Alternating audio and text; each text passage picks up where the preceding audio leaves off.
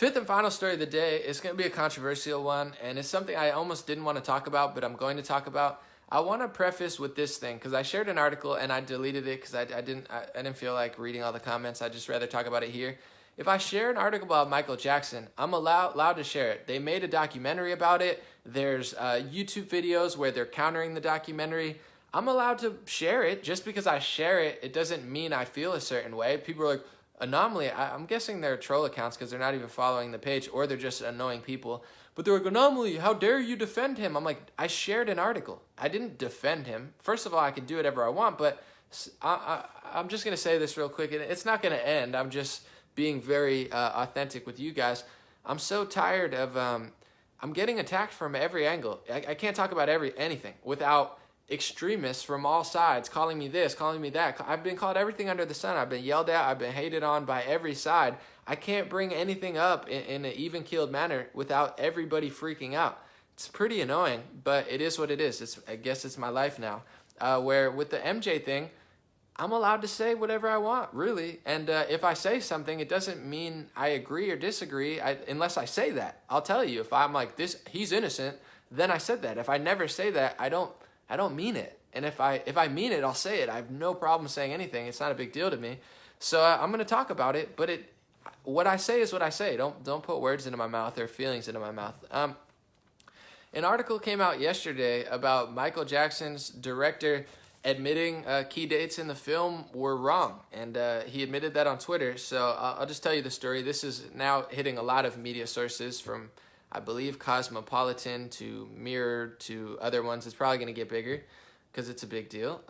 But I guess Safe Chuck, which was one of the kids, I didn't even watch the documentary, to be honest. I'm not a big documentary or TV watcher, but Safe Chuck recalls being abused from 1988 and 1992 in the film, according to these reports, which took place at the Neverland train station at Jackson's estate.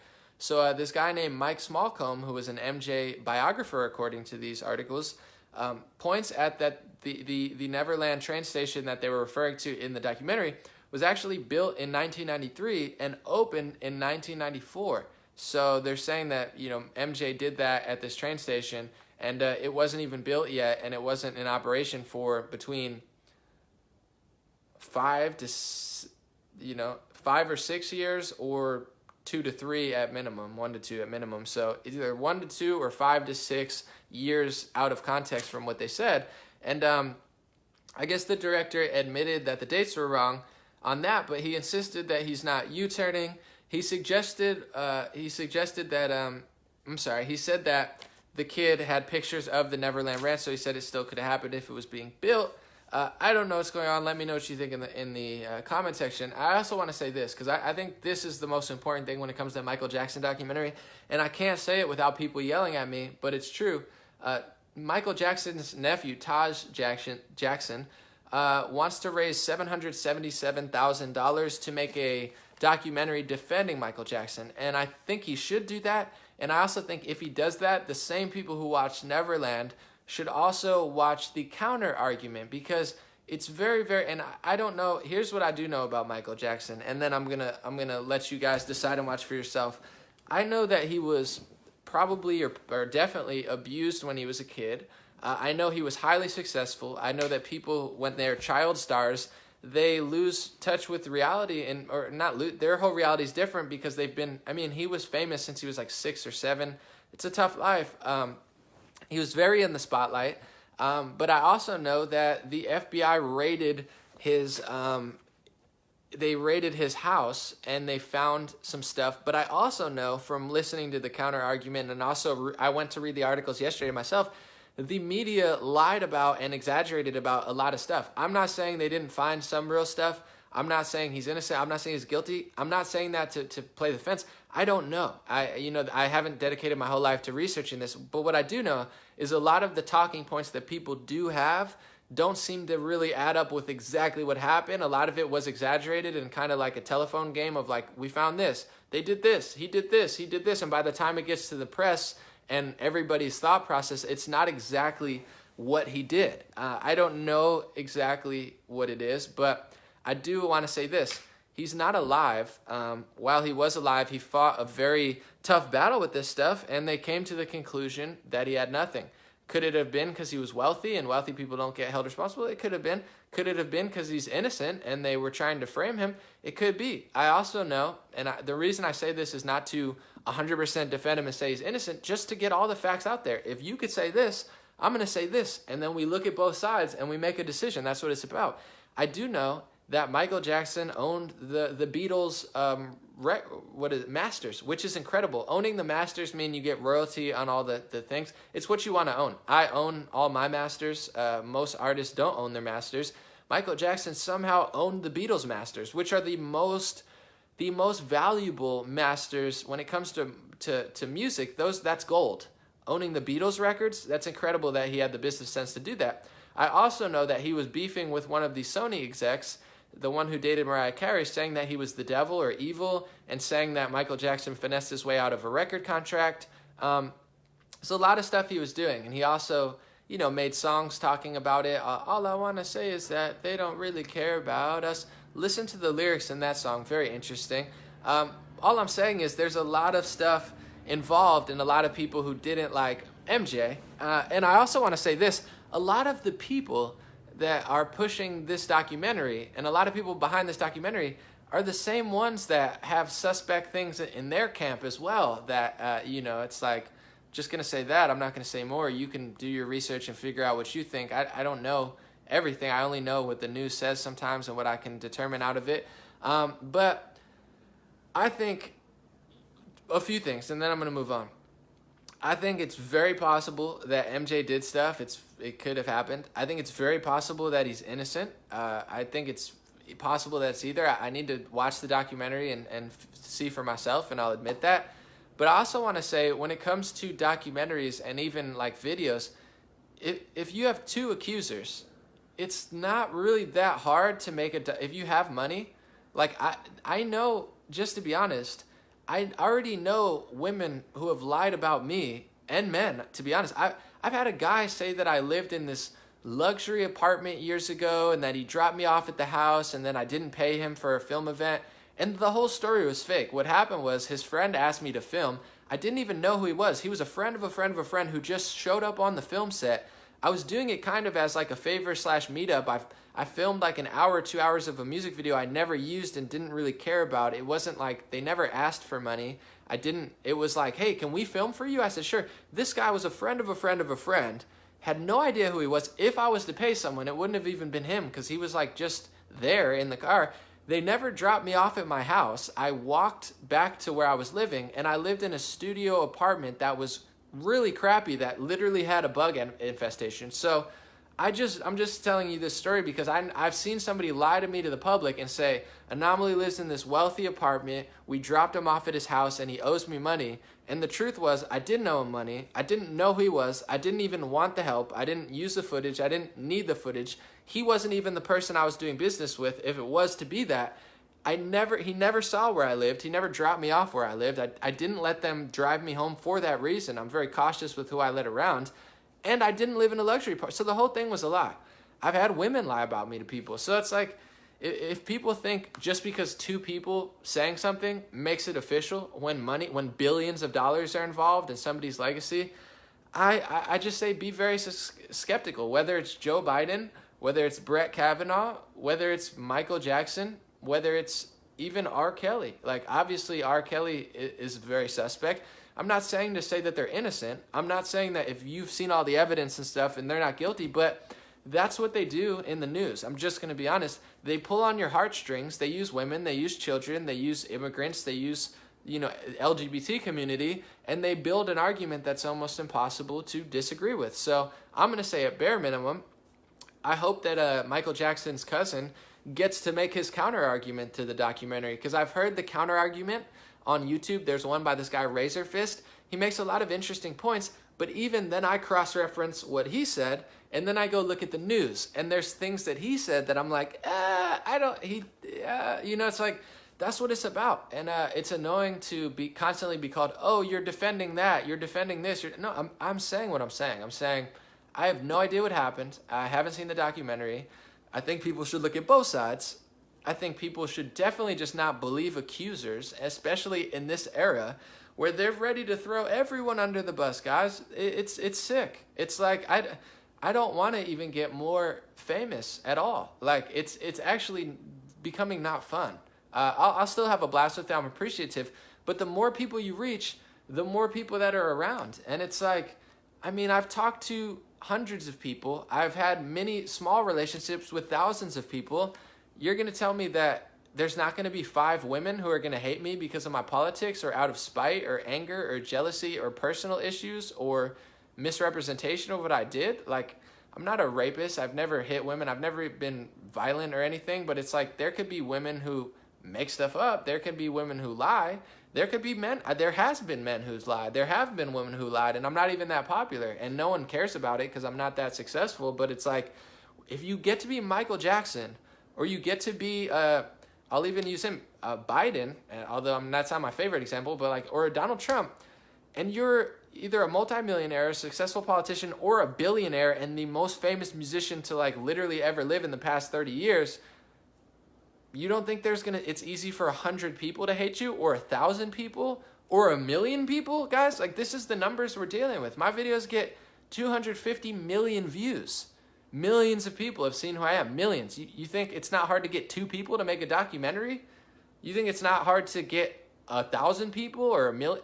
There could be 1,000,000 people who don't like me. It's pretty creepy knowing that there's that, like, that's the reality that we live in. So be very careful. And I always say and this is the energy before I leave real quick, that I try to bring to this stuff, whether it be my friends, people who don't like me, people who agree with me on some things, disagree with me. Treat people the way that you want to be treated. Whether it be like Joe Biden, I'm not a fan of. I think he's highly suspect. I think it's kind of creepy, the videos I've seen, and I don't doubt if he's done some worse stuff. I have no idea. But I treat Joe Biden the way I'd want to be treated by Joe Biden or by someone who likes me or hates me.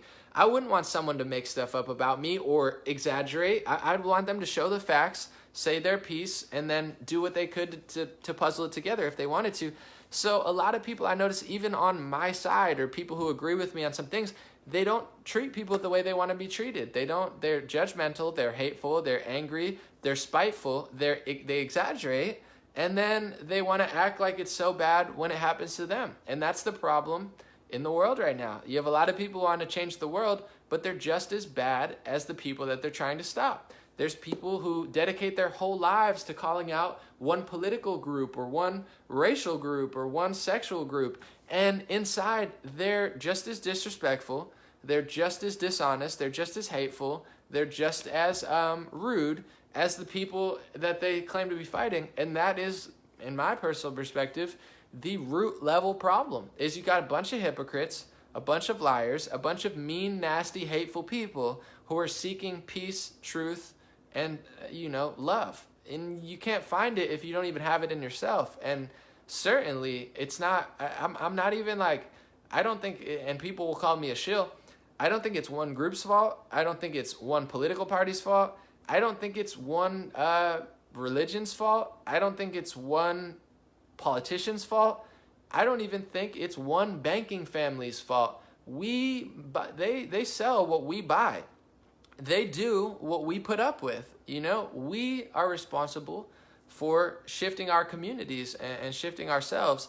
And I don't think we're doing the greatest job. I think we've done a pretty incredible job, and life is pretty good. And that's why they get away with so much. I'm just going to say this, like even in, say, like California, the politicians are corrupt, the streets are getting trashed, but the reason that they get away with it is 2 reasons. One, people keep somehow voting them in, but also most people are good people. So even though they screw everything up, it's not warfare in the streets. In some places it is, but in most it's not, because they take advantage of us because we are actually good people. And they could screw everything up. They could throw people on the streets. They could trash your neighborhoods.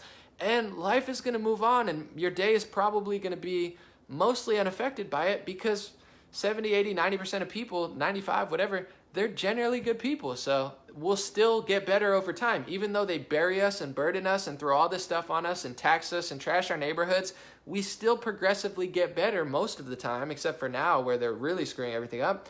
they take advantage of that. And if we become better, we'll elect better people. If we become better, we'll demand a better banking system. That makes sense. If we become nicer and kinder, we'll start to see niceness and kindness. And I want to say too, a lot of these hypocritical groups, it seems like a self-fulfilling prophecy where they're like, you don't want them to feel this way, but then you hate really hard on them and give them a reason to be defensive. And then they hate on you, and then they lie to you, and then you're really defensive. And then you throw the energy back. It's one big energy festival on this planet right now, and people are just launching bad energy at each other, demanding good energy back, where the best way not to be corny, you could defend yourself. You don't have to be a pushover or, bend over as far as Justin Trudeau where you're doing a handstand.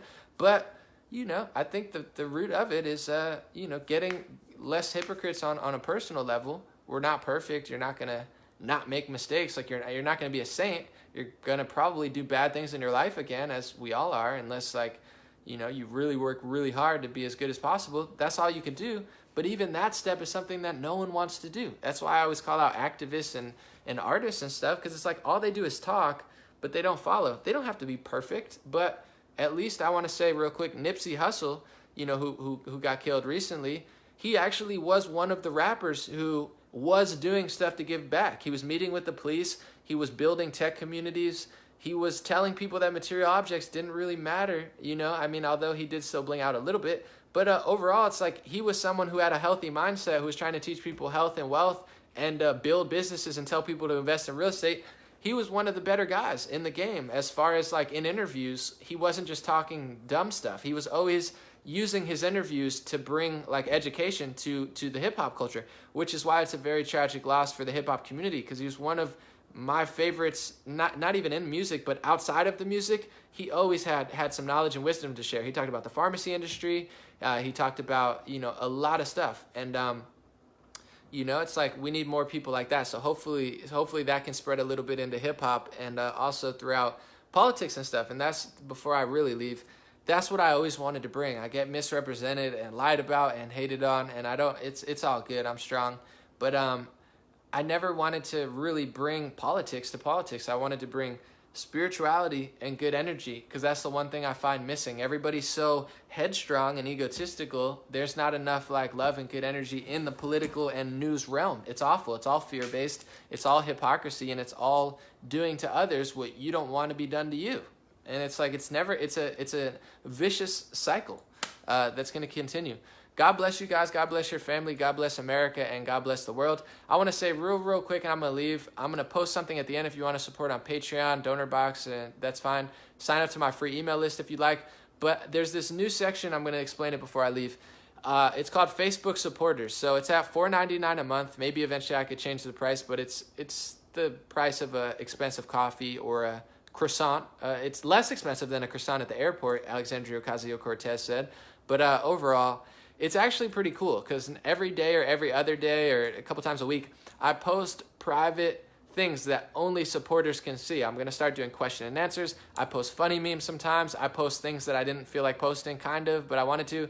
I post thank you notes, and I can actually read what you say. So if you become a supporter, it's way easier to read what you say. I respond as much as possible to supporters. I've already messaged like 10, 20 people and actually had conversations. So I think that's really the valuable thing. Not only do you get the supporter badge, which is pretty cool so people know you're supporting, but I think the real value there is the hidden posts, which is cool if you want more content.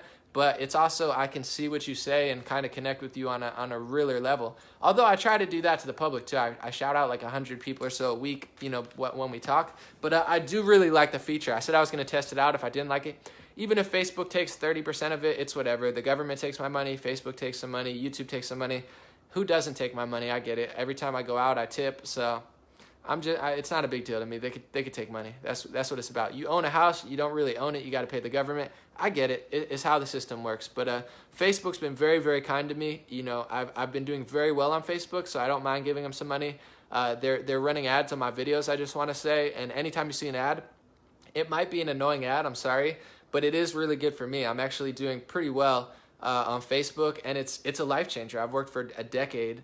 And I've never really been able to generate revenue, and it's been really hard to do stuff. Now that I am, it's great. I could pay taxes, I can save, and not be poor hopefully when I'm older, and also I can expand eventually and do cooler stuff. So thank you guys for supporting on Facebook, and if you don't want to become a supporter, no worries, don't worry about it. Just keep watching the videos. That supports me. Share my abortion video. I know you don't have to if you don't want to, but I think it could wake some people up because it's pretty obvious. And then that Trump prison reform video is a cool video too. Scroll down if you haven't seen it. Trump talking to people he let out of prison. It's really fun. He comes off very authentic, and I think people could wake up a little bit from it. All right, thank you guys. I won't take more of your time. Have a good day. I'll be back later this week, and yeah.